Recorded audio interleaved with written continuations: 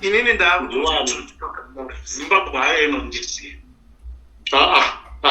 tatizvi-introduce kuti inini ndinonzi Chamunoro, ndinonzi Peter, ndinonzi Nengi, ndinobva kwakati, ndakaberekerwa kwakati, ndakakurira kwakati. Hakuna muZimbabweni wechokwadi anorwisa shoko rekuti bumbwa bwidi kunze kwekunge iye riri bwidi. Uri chawa iwe, uri muchawa.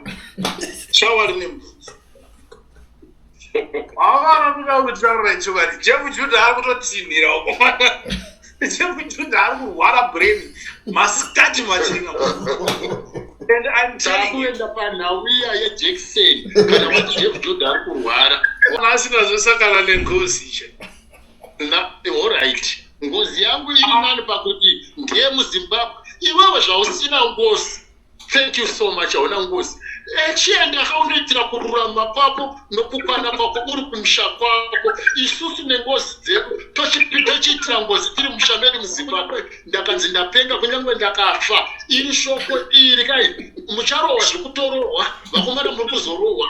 Branda iri kudzokera kumusha, bumbwa iri kudzokera kumusha. Kulian TV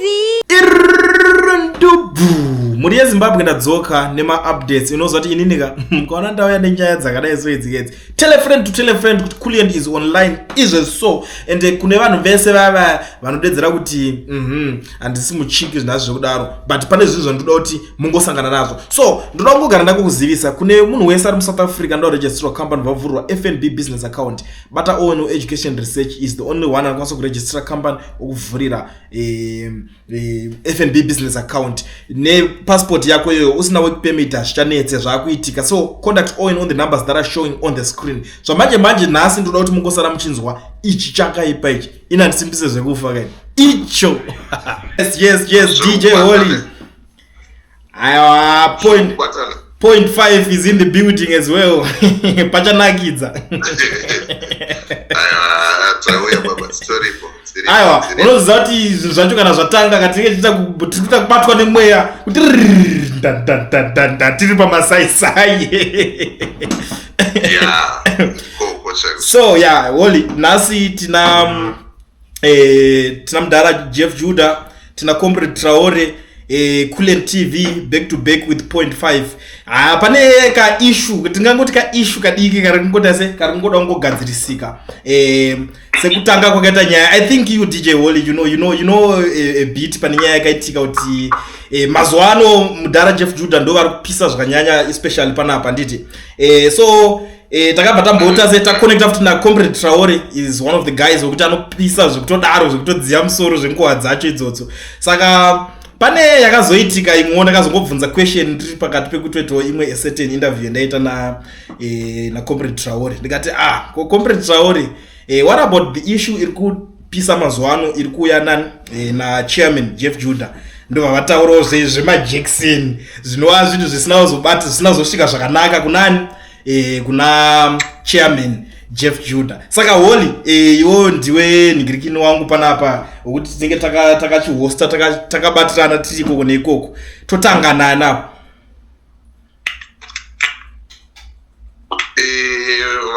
Vagentlemen makasimba here zviri kufamba here Comrade Traore namukoma Jeff Judah chairman zviri sei?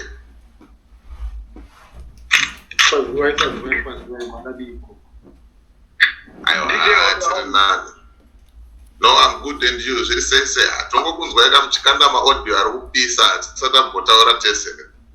Yes, hatasati taura. Tinotenda Kulian TV yadai kutisanganisa. Aiwa, zvinokudzwa. For the fact that tinofanira kunge tiri balance, inini I've been communicating naJudah for a long period of time. And then ndikati titange namukoma Jeff Judah vamwe vanoziva relationship yangu tichitaura namukoma Judah vanofunga titavafevhera.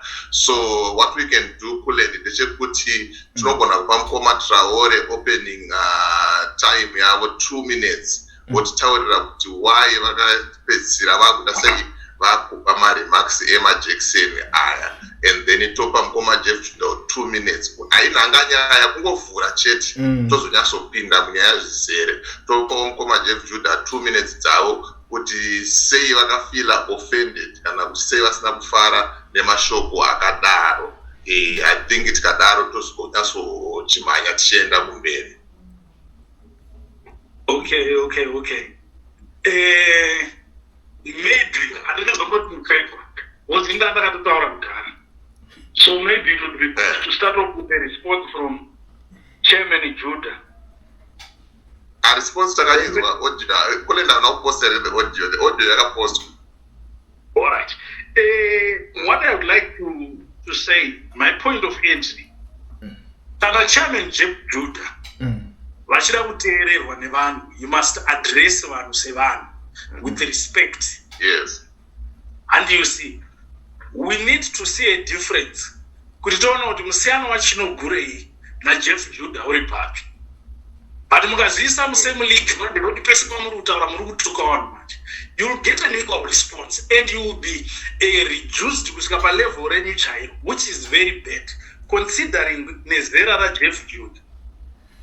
Hatitarisiri kuti tinge tichizovaresponda tichidaro, but sometimes ndo vanotoprovoka reaction yakadaro instead yekuti semunhu mukuru paanotaura ngaataure zvinhu zvine musoro zvekuti we can engage in a meaningful discussion yekuti toita sei kuti Zimbabwe iende kumberi. Zimbabwe ikaita ball, other countries will learn from template redu, then it spreads to other countries. Africa yoita continent kwayo.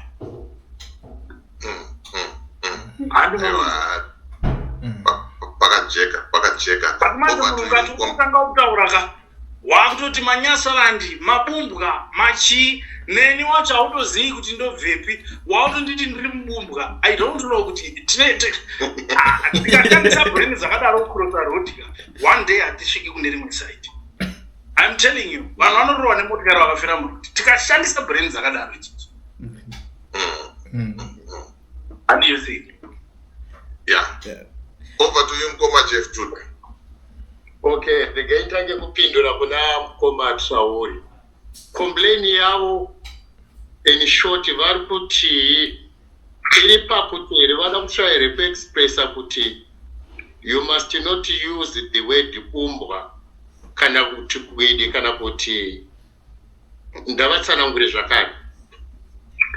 Issue yangu ndeyekuti ndine pamwe pandachitoda kuti mutipo clarity kuti muchiita zvinhu zvenyu musati matuka vanhu nekudii. Muri kuita as a spiritualist here, muri kuita as a politician here, muri kuita sesvikiro here. Tichizosvika panhau yekutuka vanhu yamune muchikuita kudai munhu wese mune muchingotuka Munyasarandi muchi hatichanzwisi kuti chamuri kumirira chaicho ndechipi, muri kuda kuti vanhu vamboita sei kana muchitanga maparadzani. Alright, mubvunzo wako uri pakubvunza kuti ndiri svikiro here? Yes. Ndiri muprofita here? Yes. Wobva wati ndiri spiritualist here? Handizvo? Handiti ivo masvikiro acho maspiritualist, maprofita acho maspiritualist. It's under one bracket, handizvo? Muri kupindura ndiri kuteerera. Handisi kupindura, ndiri kuenda pamabvunzira muri kudai. Totosvika nemupolitics, but inoda kundiziva kuti muprofiti neng'anga zvakasiyana. Inoda kuti tinatsoziva kuti tichidhila nemi, ndichiingeja nemi, tiri kuingeja nemi sani. Yes. Sapolitician here, sepikiro here, saprofiti ndifambe nemi, ndikuenda paminduro. Handi asenda kupa minduro. Eka kuti munhu upindure zvakakwana ungowanzwisisa mubvunzo. Handizve? Ndizvozvo. Ndinokwanisa here Traore kukupa mhinduro yaunogutsikana tina kunzwisisa mubvunzo wacho. Ndozvamatsanangura, ndafunga kuti mavane mhinduro. Aiwa, ndisandatsanangura naitra. Chinonzi kutsanangura kudii? Ndiri kuteerera. Uri kuteerera? But for the sake of those ones who are listening us for the first time, I think ndichikunzwa iwe Traore ndandisati ndakamboengeja newe kana kumbotukana newe, ngatimboisa zvekutukana paside. Can you introduce yourself to Zimbabweans? Who you are, where are you coming from? Then in for the sake of others, vanogona kunge vangasati vakambondinzwa ndombozviintrodusa kuti ndinani. Then tozoenda pasubject. Alright. Inini Zimbabwe hainondiziva. Tatizvi-introduce kuti inini ndinonzi Chamunoro, ndinonzi Peter, ndinonzi Nengi, ndinobva kwakati, ndakaberekerwa kwakati, ndakakurira kwakati, ndakadzidza kwakati, ndakazosvika muSouth Africa, so mupolitics ndakapindira pakati. We start from there. Alright. Ndonzi Traora, ndiriya. I am a political name. Hatisi kuita zvefraud zvaTraora Burkina Faso. Unombonzani original name, hatisi kuita zvebhora pana.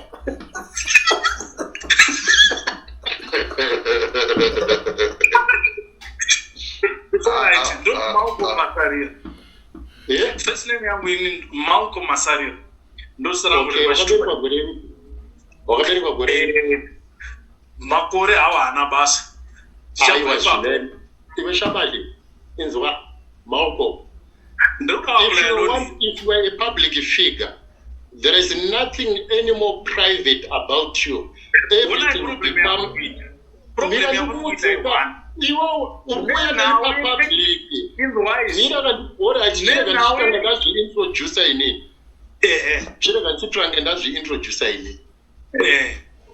okay. Inini ndonzi Jeff Judah Osama. Ndakaberekwa 4 January 1975. Ndave ne 50 years. Ndakadzidza primary school yangu kuMashonaland Central pachikoro chinonzi paMashambanaka, grade 1 to 7. Ndokubva ndadzidza secondary yangu Paredza Secondary School kuMasvingo. By profession I'm a truck driver. Besides mamwe mabasa andinoziva. Naudza zvematongerwo enyika ndakapinda deep kuva zviri public zvinoonekwa nemunhu wese kutanga pagore ra2014. Ndakamhanya nenhau yeZimbabwean Lives Matter zvakanyanya until the first movement yatakaita yanzi the popular 24 September movement yegore ra2020. Ndinozikanwa maningi pamusoro pekurelisa mavoice note nemavideos andinenge ndichitsinyira kushora nokutuka utungamiriri weZANU-PF nekuda kwechikonzero chokuti iyeni pachangu ndinonzwa kuti ndiri enemy yeZANU-PF kutangira papi, kutangira kuchikoro ndiri kuprimary, nekuda kwekuti imwe nguva ndiri grade 2 pachikoro pandaidzidza paMashambanaka ticha ainzi Shoko. Pakauya utungamiriri weZANU-PF tiri vana vadiki vakabvunza kuti what did you want to do when you grow up? Ndakati I want to be the president of the country. Ndakaroverwa izvozvo nevanhu veZANU-PF. Are you there? All right. Yes, I'm listening. Yes. No, ndiri kuzvitaurira iwewe nemamwe maZimbabwe nevamwe vakadzidza neni pachikoro kuti vagouya pamberi vachizopupura kuti chiitiko tinochiziva chakaitika. Ndobva ndazonyora zvakare rimwe bhuku rainzi The Call of the Militia rakatorwa nehurumende yemaCIO ndisingazive kuti zvinhu zvemuZimbabwe. I was not a threat to the ZANU-PF. Ndaingonyorawo zvepolitics. Ndakatorwa ndakaenda paKariba kumahombekombe paCID papolice station ndakavharirwa ipapo. Nokuda kwekuti ndakanga ndisingazive kuti Mambo Press was owned nehurumende yeZANU-PF. So makandinzwa ndichiti vabumbwa mabwedi akusi kuti those people ndakangomuka ndakavavepeti. I respect people.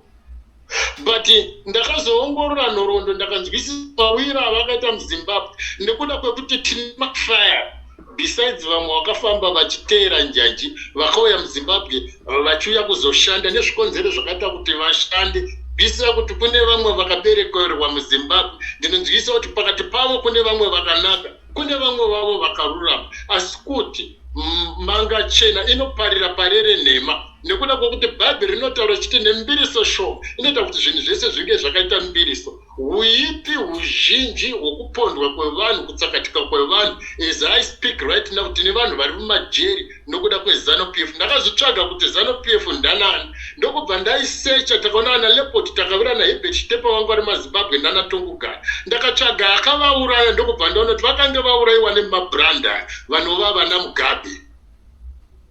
Saka kana ndichitaura pamusoro pavo handiva nanja, handiva nzvenge, handiva bhabhadzire nokuda kwekuti kurudzi rwavo kune vamwe vakaipa. Ndinotaura hwiipi hwerudzi rwemachawa. They are my enemies, they are not my friends.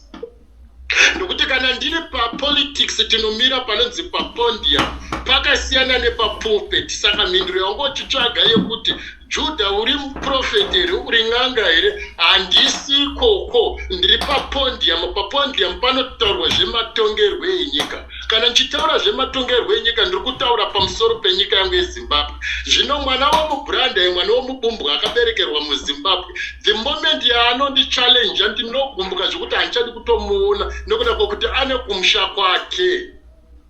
Inini ndiri muErashava, ndiri mhofu yemukono. Madzitateguru angu ndoanga akagara munzvimbo iye yamunoziva iye inonzi muHarare kana kuti muchikomo chevaHarare. Pakagara monomutapa hotera iye yamunoti monomutapa hotera paya ndo pakaurayiwa shumba. Muri kupanzwa? Padzainwira mvura padzakaurayiwa nevarungu. Saka kana ndichinge ndakatarisa rudzi rwechiBranda, mabumbwa nemachawa muchitamba zvigure munyika isiri yenyu, muchizvidza zvinhu zvakange zviri zvemunyika yedu nokuda kwemamwe maadvantage amakatora political, you become my enemies, never my friend. Kana tichitaura nawe mubhaibheri pamubvunzo wawabvunza kuti Judha iwewe, nyau yauri kutaura ndekuti are you a spiritualist? Yes, I'm a spiritualist. Anorwira land nokuti kana tichiverenga mubhaibheri nauyana David nana Goriati, hondo pakati pavaIsraeri nevaFilistia, it was about land. Land. Ndinotenda inini kuti maBranda vane kumusha kwavo kumachawa kuvarirongwe. Ndinotenda kuti vabumbwa vane kumusha kwavo kuZambia kuvabumbwa. Zambia for Zambians, Malawi for Malawians, Zimbabwe for Zambians. I believe that Africa is for all Africans, but mumwe nemumwe kunzvimbo yake. Ndo zvandinotenda. Ndinotenda inini kuti handina kodzero kwenda unotora mapurazi 3, 4, 5 kuMalawi. Ndinotenda inini kuti handina kodzero kune zadza ma-MP kuMalawi nekunotora maindastiri avo ikokoko nokuvharisa nekuita planda nekuita luto muMalawi kana kuZambia. Yet ivo vane vachiita the same thing munyika medu. Ndonzi inini handifanirwe kutaura. Munyika medu vanhu vakabva kunze havasi bedzi manyasarandi. No, tine maKongolese varimo munyika medu, tine maNigerian varimo munyika medu, wakaenda kunana Mbembeso, tine maXhosa akazara, tine maZulu munyika medu, tine mamwe marudzi vakauya, but we are not having a problem iri serious navo nokuda kwekuti they have not committed ma-atrocities.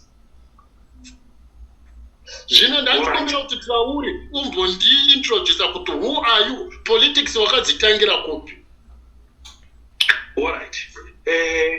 Starangu inini zvisina hazvo machi zvinobatsira, but zvinobatsira tanga pakudiwana ndombira nepotaura handimamuchitaura ndakanyesa. Okay, yes, thank you. Ndonzi Malcolm Masarira, 35 years of age. Kumusha kwangu inini kumasvingo handimanzwa unonzi kwaMasarira. Muchitoenda kutori nechikoro chinonzi paMasarira High, ndofunga kana makambonzwa nezvapo. Mutupo wangu ndoira moyo ndizdewa handimanzwa. Then chikoro masvingo yakakura ndokwandakaitira sekondari ndiri pandave. Taura nzvimbo dunhu district tinzwe. Wise handakuudza ndato point of entry mukangobvunza kuti hakuna munhu wokubhikita anobvunza kuti paMasarira ndepapi. Munhu wese umazovatozviziva kuti apo paMasarira handi munhu usatoenderera mberi, ndoda kumbokubata mbijana ipapo. Aiwa, chimbomira mira, ndoda kugoenderera mberi. Ndoda kuti ugoenderera mberi nokuti mandipa flow wangu wapiwa flow yekutanga, saka nditi ndakumbochiitaurasa hausabhuri kujamba ukaubejambi. Handikoti unobva paMasarira pabhikita herewe. Handizve? Aiwa, tikadaro hatisvikisi. Enzwa handisi kupikisa. Ndoda kuti tiwedzere, ndoda kuti utiwedzere pane zvimwe. Aiwa, hatiwedzere. nekuti hapasipo pane nyaya unoona tizano zamutaura choti chekuti hatiite zvamunoda tizano zanu ichi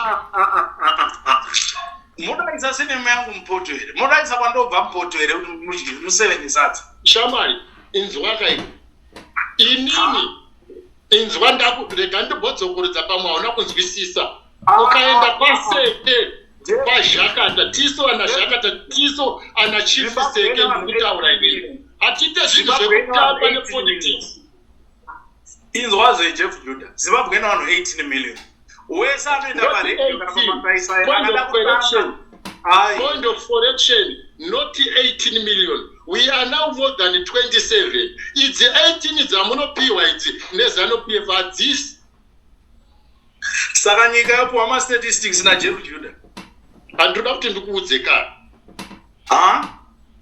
information munoiwana muchikwira mugomo muchidhiraivha matracks makaiwana kuti 27 makabuda nayo papi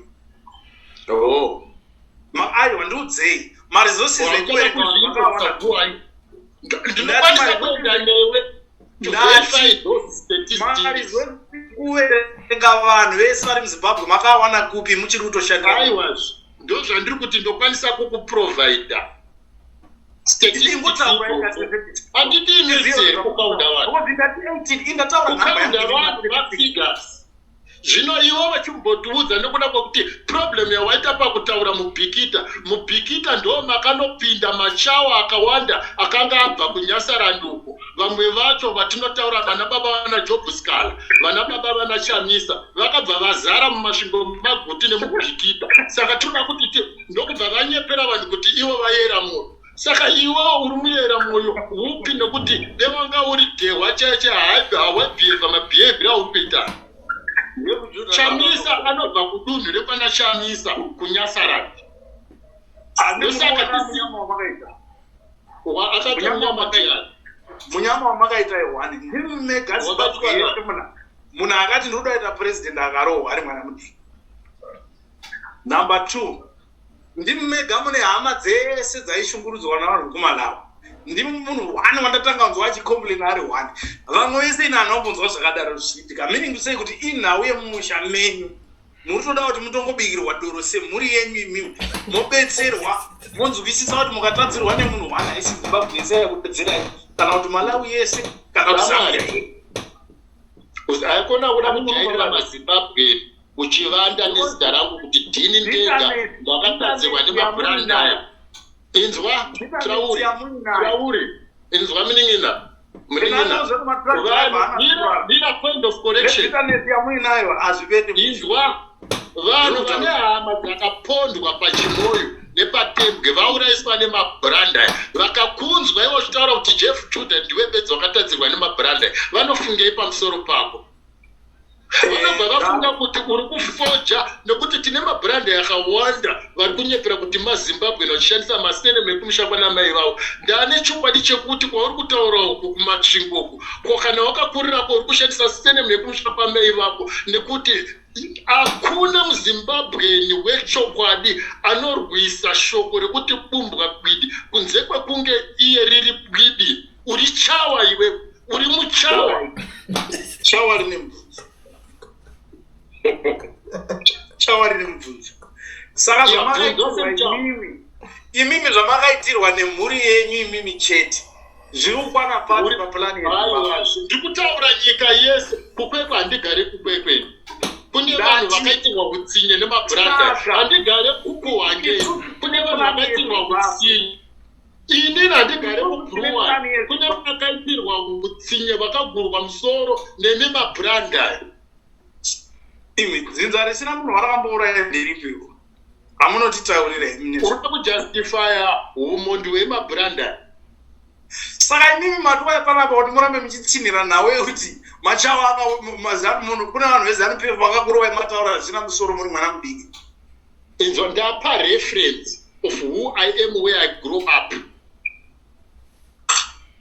Alright, izvi ndoda kuti imimi ndikuisei kumberi kwediscussion apa mavhiri yangu nezano PF payakaitira machuwa inzwa ndepekuti ndakakwanisa kuziva kuti vakatanga kuurayana Herbert Chitepo mabranda vakaurayisa vana vanga vasina mhosva vairwira kusimukuka kwenyika vatengeswa nemi mabrand aya. Uri kupanzwisisa? Saka kupondwa kwavo 2023 makaendesa 300 tons dzechipage kunyasara vanhu vachifa nenzara muZimbabwe. Saka zvoitiwa sei? Tiri kuti imimi mabrand aya timi ZANU-PF tati hatichakude munhau dzezvematongerwo enyika. Kana muri interested endai munoitira kumusha kwenyu kuMalawi. Mune kumusha ukambonongedza munhu nechibhino ukatongoona munhu obva atoti uyu amunyasarandi anobva atoita munyasarandi. Inzwaka iwe. Ndinotaura nemabrand aya ine vachipupura kuti tiri mabwidi, tiri machawa. Vese vana Kasimu, vana Mwale, vanani, vana Ndinotaura nevakasiyana. Vanototaura vachitoti hatidi kudzokera, vamwe vachiti tichadzokera. Tine mabrand akawanda ndinotaura neni. Vamwe ndinotobvunza kuti inzwaka iwe, inzwaka munyasa iwe, ndimbokutaurira iwe. Vamwe vako havana macheso Zakaria vanangwazi munoshewa one Easter holiday munobonoridzira magitari kumusha kwenyu kana kunotsvigira Christmas kumusha kwenyu. Alright. Pakati pa DJ pakati pa Holi na Kulie. Alright. Pakati pa Holi na Kulie ndika wani munyasarandi. Muchaita sei naye? Aiwa kana ari munyasarandi anotoenda kumusha. Munhu kumusha kwake. Ina handisi munyasarandi, handisi mubumbwa, handisi mubwidi, ndiri muZimbabwe. Wavanoda kutaura ichokwadi. Jeff Judah ari kutotinhira uko. Jeff Judah ari kurwara brain masikati machinga. And I'm telling you, kuenda panhauya yeJackson kana kuti Jeff Judah ari kurwara. Wakati Jeff Judah toda kumubaya Jackson. Zvino inzwaika makabvuma kubaya Jackson pana Tsvangirai. asika. Munzwa? Asika zvosakana nengozi che. Alright. Ngozi yangu iri nani pakuti ndiye muZimbabwe. Iwewe zvausina ngozi. Thank you so much. Hauna ngozi. Chienda akaundoitira kururama kwako nokukwana kwako uri kumusha kwako. Isusu nengozi dzedu tochiitira ngozi tiri musha medu muZimbabwe. Zvino iwewe urikuda kudzinganisa munhu ane ngozi dzake musha make, iwewe mubrand yekutongi. Imimi machawa ine muZambia neMalawi inyika 1. Hama dzenyu ndedzidzi mazarire kuKongo ndopamakabva nako. Kumini. Ndokweno. Yeah. Imimi rudzi rwenyu muri baba kai. Imimi muri zvigure kai. Isati nezvezvigure kai. Imi muri mhondi kai. Imi muri makuruku, muri varoi kai. Imi dhimi rekurombesa vanhu kai. Munopfuya, vamwe vanochengeta mbudzi nemombe. Imi munopfuya nyoka marowa mbiri. Mumwe uyo achizvitinogera mumwe achizviti ndakudzirowa mbira. Imimi mega mabrand. Ikwezvo ndekakuti taura one word kuti pasine ZANU-PF. Taura one word tapasine ZANU-PF. Pasina Jeff Judah. Wandiri kuzviona.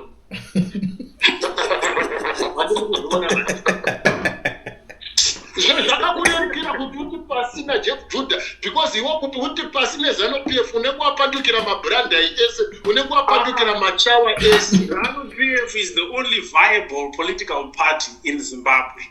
Nokuda kwokuti yakauraya maZimbabwe yakaita take over, yakaita colonize. Zvino chinzwa yavakomera kumusha kwenyu kunyangwe ndakanzi ndapenga kunyangwe ndakafa. Iri shoko iri kai mucharowa zvekutorowa, vakomera muri kuzorowa. Brand iri kudzokera kumusha, bumbwa iri kudzokera kumusha, bwidi iri kudzokera kumusha. Imimi kumusha muchaenda. Indoda kubetsera. Ani muri kuona zvamuri kuita izvi makaita advantage yoti muri truck driver. Mune muri mega muchidriver roaring. Endai mulocation panyaya dzenyu. Taura geto risiro kupolisha nice ndisi. Munonaiswa zvokuti hamuzozvidi futi. Because muri kutonyepera kupenga chaiko. Imajaya futi funga kuti kupenga kubvisa hembe ka. but mutoda help mudaro zvekutodaro ende help yenyu edha muchasangana nejekiseni kana kuti mucharorohwa zvekuti munoita bho